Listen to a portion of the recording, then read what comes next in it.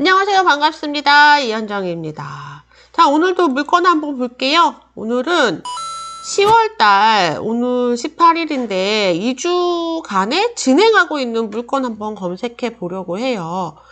아파트로 볼 거고요. 경기도에 있는 아파트 중에서 10월달에 진행하고 있는 물건들, 날짜를 지정을 하고요.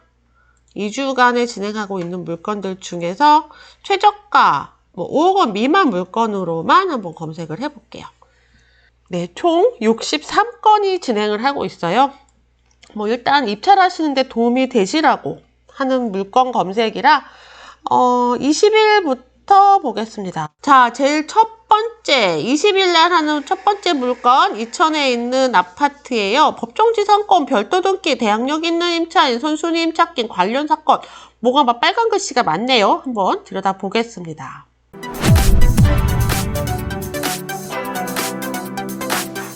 이천에 있는 아파트 감정가 1억 8,700에서 1회 유찰에서 1억 3천만 원 진행하고 있고요. 면적이 32제곱, 꽤 넓은 물건이네요. 12층이요. 주변은 약간 산으로 둘러싸여 있긴 해요. 약간 외곽, 이천 시내 쪽은 아니네요. 그런데 토지가 감정가에 포함이 되어 있지 않은데요.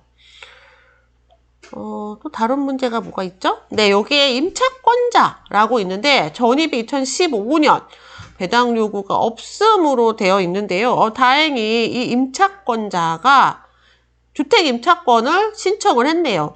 이분이 배당 요구는 하지 않았는데 경매를 신청한 채권자예요. 현황 조사에서 경매 신청 채권자로서 배당 요구를 한 것으로 봅니다. 여기 배당 요구를 여기 임차인으로 하지 않았지만 경매 신청을 했기 때문에 배당 요구한 것으로 봅니다. 거기에다가 주택 임차권도 가지고 있죠. 가압류, 말속이 좀 걸리고요. 이거보다 앞선 주택 임차권. 이 임차권 날짜는 어느 날짜예요? 전입한 날짜가 임차권 날짜로 정해집니다. 임차권 신청은 나중에 했을 거 아니에요? 주택 임차권이 뭐죠? 내가 보증금을 못 받았는데 집주인이 보증금을 돌려주지 않아요. 이사를 가야 되는데 전입을 빼면, 주소를 옮기면 전입이 없어지면서 대항력을 잃잖아요. 그래서 대항력이 전입을 대신하기 위해서 주택 임차권 설정을 합니다. 이거 설정한 날짜는 당연히 전입한 날은 아니겠죠? 그렇지만 임차권을 설정을 하면 순서가 전입한 날짜 기준으로 우선 변제권을 가지게 돼요.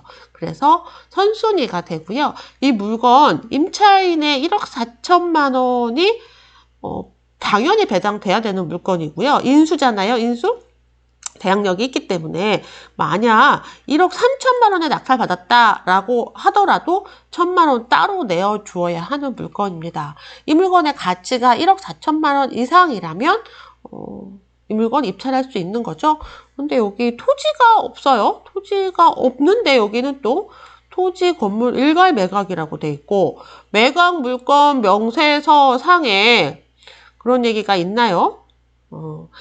매각 물건 명세서 상에는 임차인에 대한 이야기만 있네요. 임차권 등기는 추후 전액 배당받을 경우에만 말소되고 방금 제가 말씀드린 거요.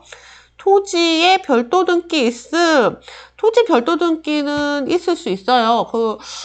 집합 건물 같은 경우에 토지가 이제 등기가 깨끗이 정리가 돼서 집합건물 대장에 들어가야 되는데 그렇게 되지 못하고 별도 등기가 있을 수 있습니다. 그런데 감정가에 포함이 되어 있지 않다는 건 조금 봐야 될 것 같아요. 감정평가서를 좀 확인을 해볼게요.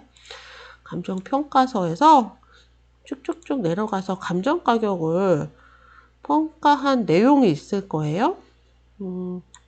기존에 여기 아파트들이 다 이 정도 가격으로 거래가 됐군요. 기존 가격이 거래가 되는 가격이 여기 있네요.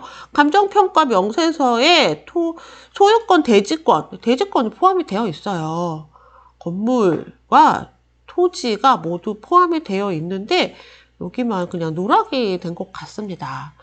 뭐 이게 누락이 되었다고 그래서 내가 잘못 입찰을 했다고 해서 이 스피드 옥션 측에다가 뭐라고 할 수는 없어요. 참고 사항입니다. 일일이 이상한 거 확인해 보셔야 돼요.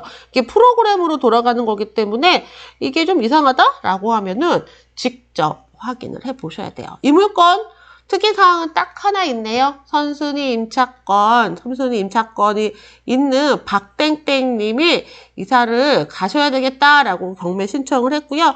1억 4천만 원 이상 입찰할 수 있다면 지금 이 물건 최저가가 1억 3천이거든요. 뭐 그 정도 가치 있어 보이는데요. 1억 4천 이상 입찰할 수 있다면 이 물건은 아무 특별한 문제가 없는 물건으로 보여요. 빨간 글씨 많다고 해도 별거 아니다. 막상 보면 2천 물건들이 쭉 있고요. 파주, 여주, 여주. 네, 이 물건은 신건이네요. 1억 8천만 원으로 진행을 하고 있어요. 자, 1억 8천만 원으로 진행하고 있고요. 물건 2개가 진행을 하고 있군요. 이번 물건은 뭐죠? 이번 물건은 토지네요, 토지. 토지. 강남 휴게소 있는 곳인데요. 괜찮네. 일단 우리 아파트만 보기로 했으니까 아파트를 보겠습니다. 자, 11층이고요. 역시 84제곱평 아파트입니다. 여주에 위치를 하고 있는데요. 약간 외곽이네요. 여기 여주 시내에서 조금 가야 돼요.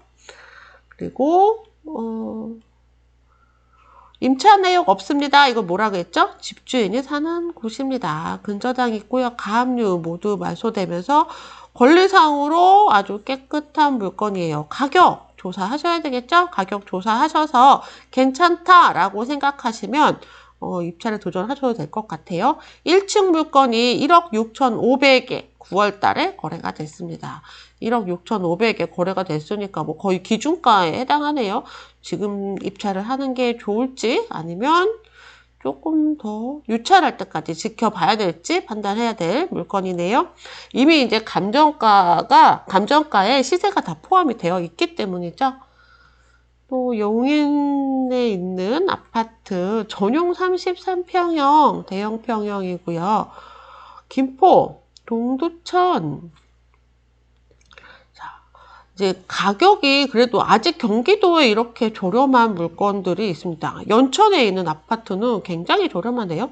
2번 유찰이 됐고 얘는 뭐 아파트라고 하기는 그런 아파트 빌라 같은 아파트다라고 보시면 될 것 같아요.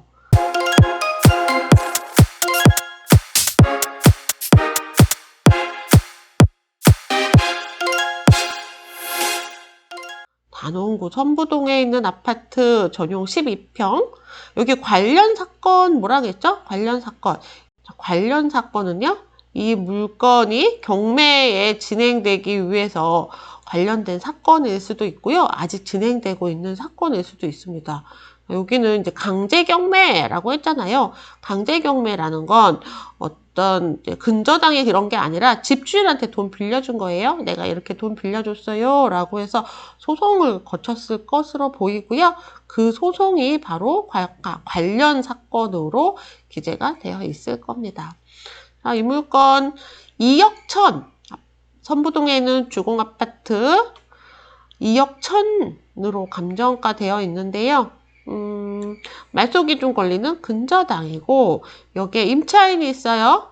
임차인이 2015년도 10월 19일이니까 대항력이 있죠. 말소 기준 권리보다 빠른 대항력이 있는 임차인이고 우선 변제권 가졌어요. 우선 변제권 가져서 1억 먼저 배당받을 거고요. 혹시 배당 못 받게 되면 안 되죠. 그럼 우리가 인수해야 돼요. 이렇게 선순위 임차인이 있을 경우에 대항력 있는 임차인이 있을 경우 전액 배당이 안 될 시에 인수금액이 발생할 수 있음. 대항력 있는 임차인은 자신의 보증금을 지킵니다. 특히 대항력 있는 임차인이 전액 배당 못 받는 이유 중에 중요한 것이 압류, 당해세 법정 기일이 빠른 경우 당해세에 압류가 있는 경우가 있거든요. 세금 한번 체크하세요 라는 거죠. 크게 문제는 없을 것으로 보여요. 관리비 미납도 없이 진행을 하고 있네요. 저층 물건 40평짜리 2억 5천 정도의 거래가 되고 있습니다.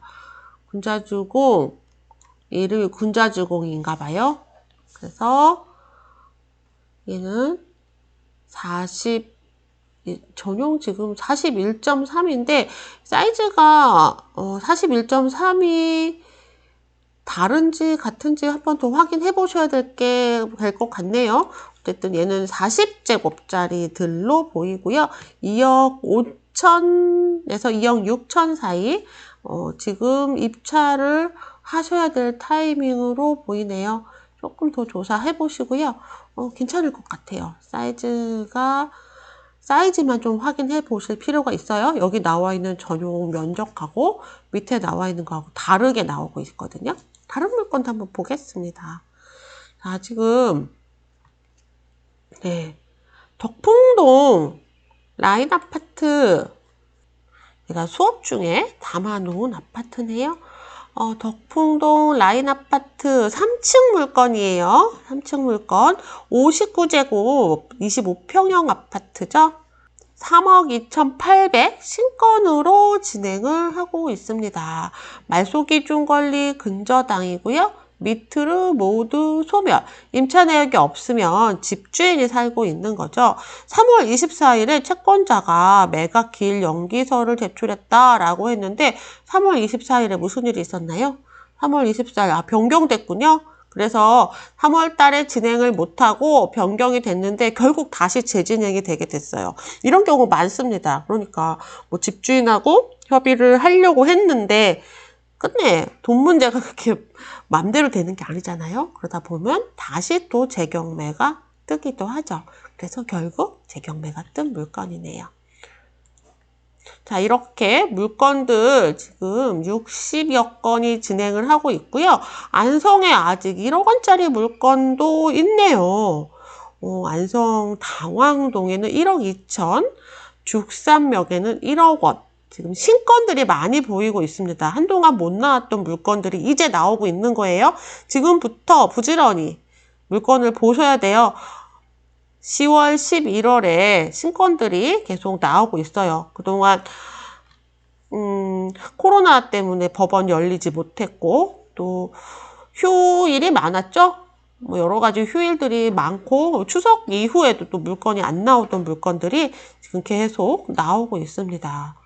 요거는 지분이에요. 지분이라는 건 온전하게 내가 다 낙찰을 받아도 이 소유권을 온전하게 갖지 못한다. 지분 매각에다가 건물만 매각. 이런 물건은 일반 분들이 하실 수 없는 물건이에요.